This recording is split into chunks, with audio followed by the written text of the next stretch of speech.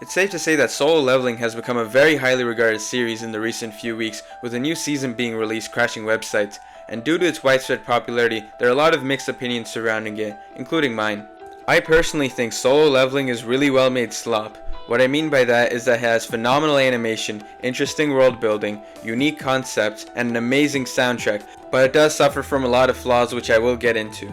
Watching it is like eating gourmet food. The experience is just awesome, but the portion just doesn't fill you up and you shit it out after a few hours and forget about it. It just never left a lasting impact on me, unlike other shows. This video will basically be my personal review of Solo Leveling, highlighting the good, the bad, and the ugly. The fight scenes are simply just phenomenal. A lot of people get animation mixed up with post-production, but in this case they're both really good. This is some of the best Sakuga I've ever seen. Every hit has impact. The fast-paced movement just draws you in on the action. And while there are some moments outside of the fight sequences that look stiff, there's still some really well put together cuts. Look at this drink scene. Look how fluid it is. Oh. I also really like the art style. It's slightly more detailed than the average anime, but it isn't like JoJo level or anything. Some of the character design, while a little generic, it looks pretty cool. The weapons look awesome. I can't even tell if it's 3D or not sometimes. The shading is done really well. The soundtrack was done by Hiroyuki Sawano, the Attack on Titan guy, so of course it was amazing here. Some of the soundtrack just gets stuck in my head whenever I'm studying. The voice acting was good. That was a pretty neat cast. And that's about where the good stuff ends. There's a bunch of other good stuff about the show, but I just didn't think of it, so yeah. Let's move on to...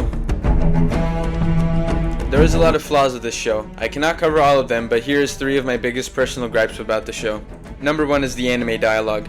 You know what I'm talking about. Forced expositions, saying everything they are thinking out loud, stating the obvious, recapping things that literally just happened. I get that the whole genre does this, but it still doesn't make it any less bearable to sit through. I get that for story context it makes sense, but it still just doesn't make it any less annoying to hear, "Holy crap guys, his power level's crazy but he's only E rank? What?" for like the 40th time. Good voice acting can only do so much against shit dialogue. There's a rule in writing called show not tell, in which you're supposed to visually show the audience information instead of outright telling them, whether it be important exposition or a character's thoughts and emotions.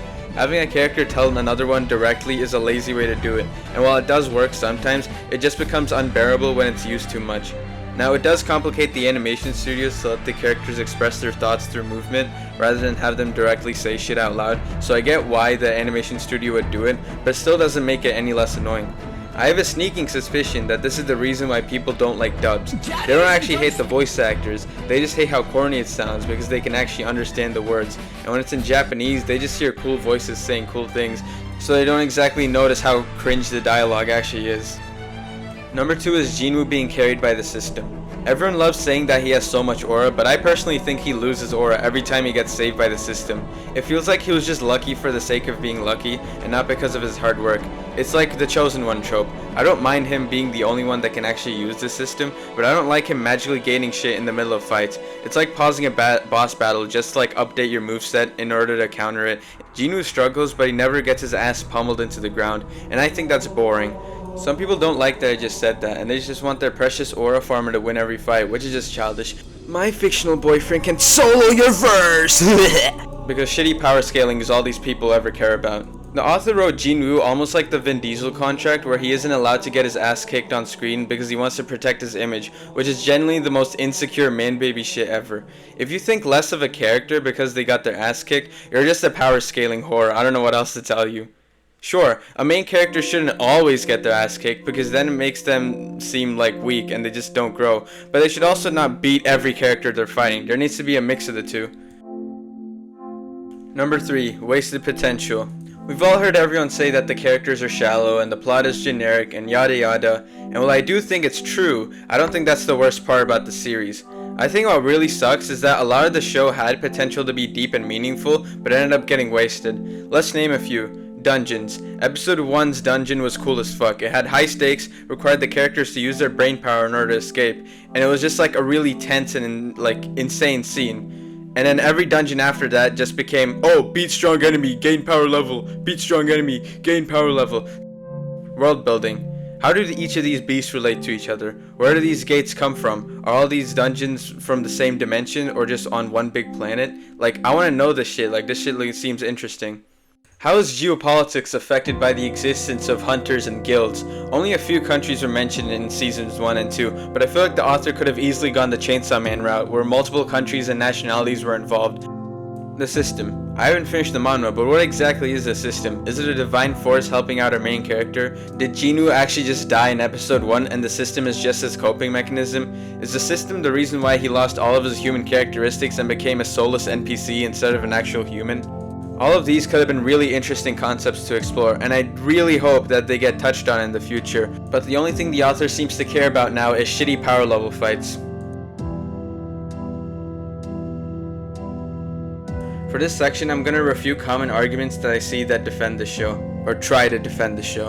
It's just a power fantasy, they're all like this. This isn't the defense you think it is. Putting down an entire subgenre isn't a good way to defend your own show. If I criticize a show for its flaws, and you tell me that it's just a standard in a subgenre, then what do you think that's gonna make me think of the subgenre? Now, I haven't seen many power fantasies, but one example I can think of is Gurren Lagann. Gurren Lagann, however the fuck you say it. This show kicks ass. The animation's really good, the soundtrack's memorable, the characters aren't NPCs, the political drama is engaging, the aura farming's better! This guy jumped out of his mech mid-fight in order to beat the ever-loving shit out of the main protagonist. Peak, absolute peak. If you enjoyed Solo Leveling, you're gonna love Gurren Lagann. Please go watch it. My only big criticism is the fan service, but it's a late 2000s anime, so you can't really avoid it in that area. And because I know you're a power scaling whore, Simone becomes crazy power level, multiversal god complex, omniverse 5 or whatever the fuck, and he craps on your favorite verse. Not every show has to be complicated, it's simple and that's fine. I actually agree with this. There's nothing wrong with having a simple storyline. We all know the joke, oh, name 3 characters besides Jinwoo. And yeah, it's funny and all, but the show is called Solo Leveling, so it kinda justifies the lack of good side characters. That being said, the main character doesn't really make up for any of it. Jinwoo is generally a nothing character. As mentioned before, he lost all of his interesting character traits back in the first dungeon because the author decided to focus on shitty power scaling. The issue doesn't stem from Jinwoo not having depth, the issue is that he had depth and it was removed from him. And you know the fans don't care about that because they review bombed the episode where Jinwoo got some semblance of character development. Fucking clowns.